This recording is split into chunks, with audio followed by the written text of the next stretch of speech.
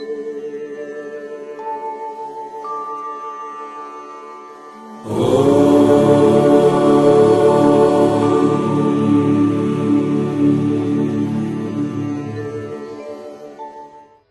श्रीमद् भगवद गीता तब तक नहीं पढ़ी थी जब तक मुझे ये ज्ञान नहीं हुआ कि हम सब आत्माएं हैं और ये जिंदगी हम आत्माओं के लिए एक इम्तिहान है अपने अंदर से अपने सबसे अच्छे रूप को बाहर निकालने का।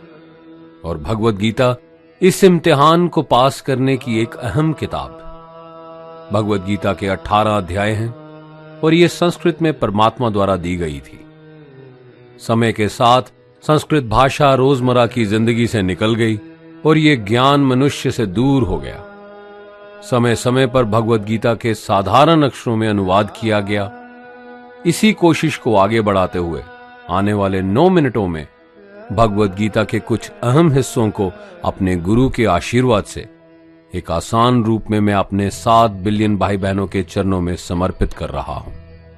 ये ज्ञान परमात्मा ने भगवान कृष्ण के द्वारा सबसे बड़े धर्म युद्ध महाभारत की रणभूमि कुरुक्षेत्र में अर्जुन को कुछ 5000 साल पहले दिया। ये वो वक्त था जब धर्म का बार बार उल्लंघन हुआ, परमात्मा का डर मनुष्य से निकल गया। लालच की होड़ में भाई ने भाई को मारने की कोशिश की और यही नहीं, एक ब्याहता औरत को भरी सभा में अपने बड़ों के सामने अपमानित किया गया।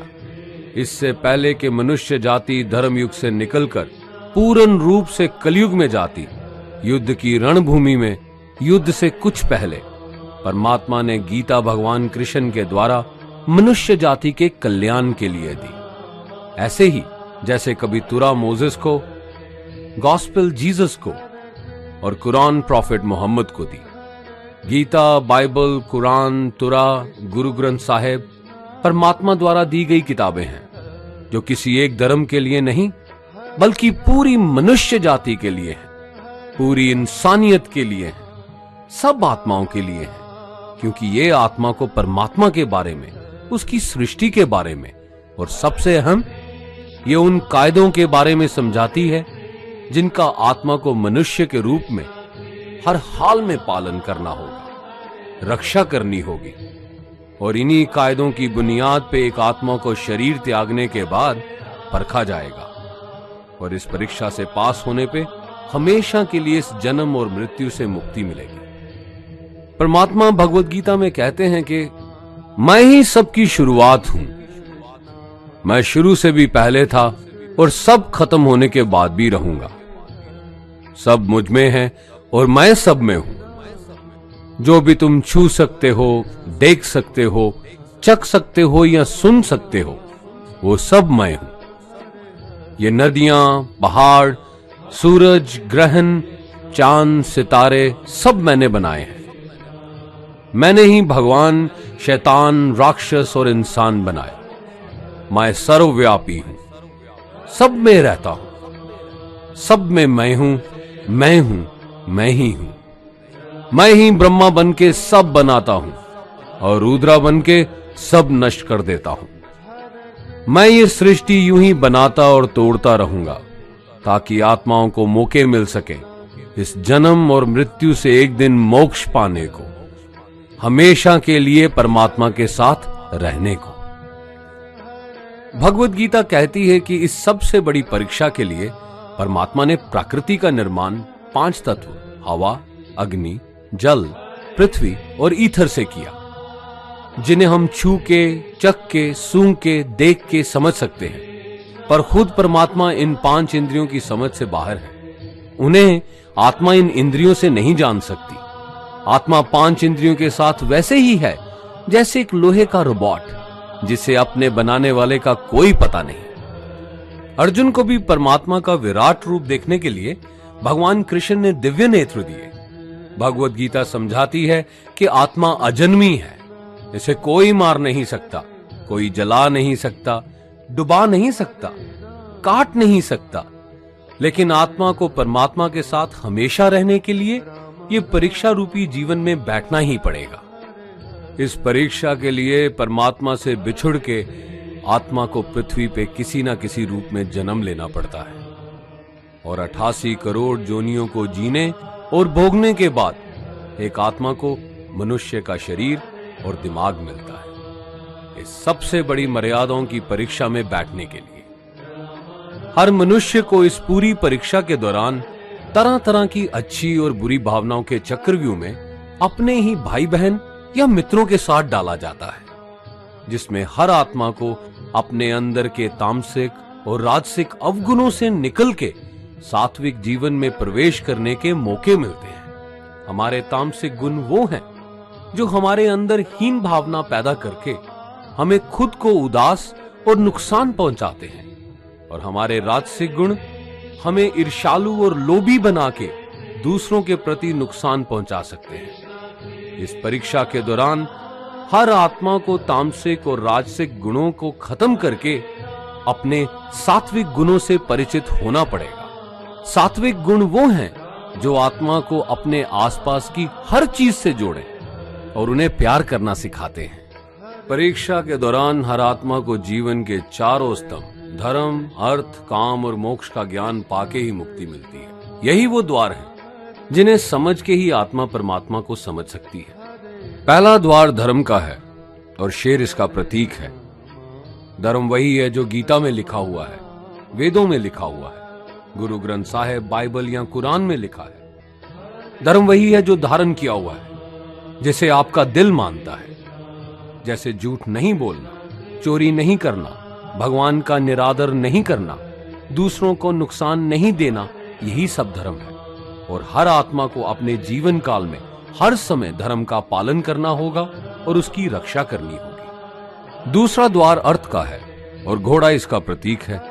हर आत्मा अपने हर जीवन काल में अपने पृथ्वी पे होने का अर्थ या मूल कारण समझेगी।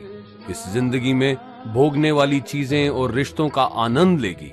अच्छा बेटा या अच्छी बेटी, अच्छा भाई या अच्छी बहन, अच्छा पति या अच्छी पत्नी बनके हर दुनियावी रिश्ते पर खरी उतरेगी और इस परीक्षा को पास करेगी। तीसरा द्वार काम का है।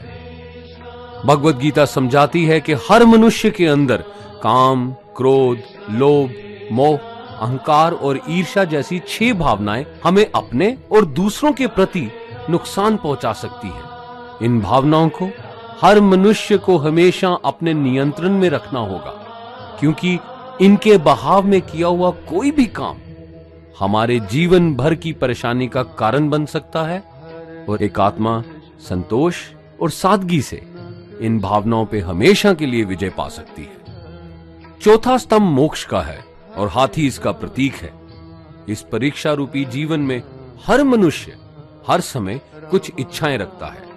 कुछ इच्छाएं एक ही जन्म काल में पूरी हो जाती हैं, पर कुछ अधूरी रह जाती हैं और उनके पूरा होने के लिए आत्मा को वापस पृथ्वी पे आना पड़ता है। भगवत गीता समझाती है कि हमारी इच्छाएं ही मूल कारण हैं हमारे पृथ्वी पे वापस आने का, और अगर हम कोई भी इच्छा ना रखें तो हम इस जीवन और मृत्यु से मुक्त हो सकते हैं। ये द्वार माफी का भी है। जिन्होंने आपके साथ बुरा किया उनको माफ करके और जिनसे आपने बुरा किया उनसे माफी मांग के मुक्ति पाई जा सकती है। जब तक आत्मा इन चारों दरवाजों धर्म, अर्थ, काम और मोक्ष को समझ नहीं लेती, तब तक आत्मा को बार बार इस मनुष्य रूप में आना ही पड़ेगा। परीक्षा का समय खत्म होते ही आत्मा शरीर और अन्य सब वस्तुओं का त्याग कर देती है। जो भी संसार में रहकर बनाया वो अब किसी और का होगा, और आत्मा अपने कर्मों के फैसले के लिए चली जाती है। आत्मा के अच्छे बुरे कर्मों का हिसाब होता है। अपने अच्छे कर्मों के लिए आत्मा कुछ वक्त के लिए स्वर्ग और दुष्कर्मों के लिए नरक में चले जाती है।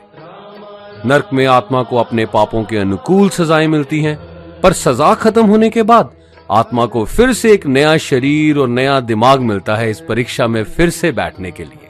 और हर परीक्षा में वही सब फिर दोहराया जाएगा, जिंदगी के 4 स्तंभ धर्म, अर्थ, काम और मोक्ष को समझने के लिए। हर जन्म में अपने कई जन्मों के कर्मों के हिसाब से हर आत्मा को कभी अच्छे और कभी बुरे हालातों से जाना पड़ता है। लेकिन जब तक आत्मा परमात्मा के साथ योग को नहीं समझ लेती, वो मुक्ति नहीं पा सकती। भगवत गीता समझाती है कि मनुष्य अपने शरीर, दिमाग या दिल से भगवान को पा सकता है। शरीर द्वारा किए कर्मों के माध्यम से परमात्मा को पाने को कर्म योग कहते हैं। ऐसे कर्म जो परमात्मा की इच्छा से हों और दूसरों के कल्याण के लिए हों। वाल्मीकि ने रामायण लिख के, श्रवण ने अपने माता पिता की सेवा और उन्हें चारधाम की यात्रा करवा के, मदर टेरेसा ने अपने प्यार और सेवा के माध्यम से, और मैडम क्यूरी ने वैज्ञानिक खोज में अपने जीवन का बलिदान देके अपने कर्मों द्वारा परमात्मा को पाया। भगवत गीता समझाती है कि एक आत्मा दिमाग से भी परमात्मा के साथ योग लगा सकती है। इसे राजा योग कहते हैं, क्योंकि दिमाग या मस्तिष्क सब इंद्रियों का राजा है। एक मनुष्य अपनी आस्था, सांस प्रणाली, आसन, अभ्यास, साधना और तपस्या से परमात्मा को इस योग के रास्ते पा लेता है। इस योग को समझने के लिए हमें अपने अंदर की एनर्जीज यानी चक्रा और कुंडलिनी को समझना पड़ेगा। आत्मा मस्तिष्क से मेडिटेशन या ध्यान लगा के परमात्मा के साथ योग लगा सकती है। शंकराचार्य, स्वामी परमहंस, स्वामी विवेकानंद और उनके जैसे कई योगी इस योग के रास्ते परमात्मा के साथ संधि लगा पाए। परमात्मा भगवत गीता में कहते हैं कि अगर किसी आत्मा को धर्म ना भी समझ आए, योग ना भी समझ आए, पर अगर वो मेरी शरण में आ जाए तो मैं उसके सारे पाप माफ कर देता हूं। परमात्मा को ऐसी दिल की गहराइयों से पुकार के पाने को भक्ति योग कहते हैं। चैतन्य महाप्रभु, मीराबाई और भगवान हनुमान इस योग के सबसे बड़े उदाहरण हैं। लेकिन कभी आत्मा अपने होने का मूल कारण भूल के धर्म का उल्लंघन करे या पाप के रास्ते पे निकल जाए तो उसे ठीक करने के लिए परमात्मा खुद किसी रूप में पृथ्वी पे जन्म लेते हैं।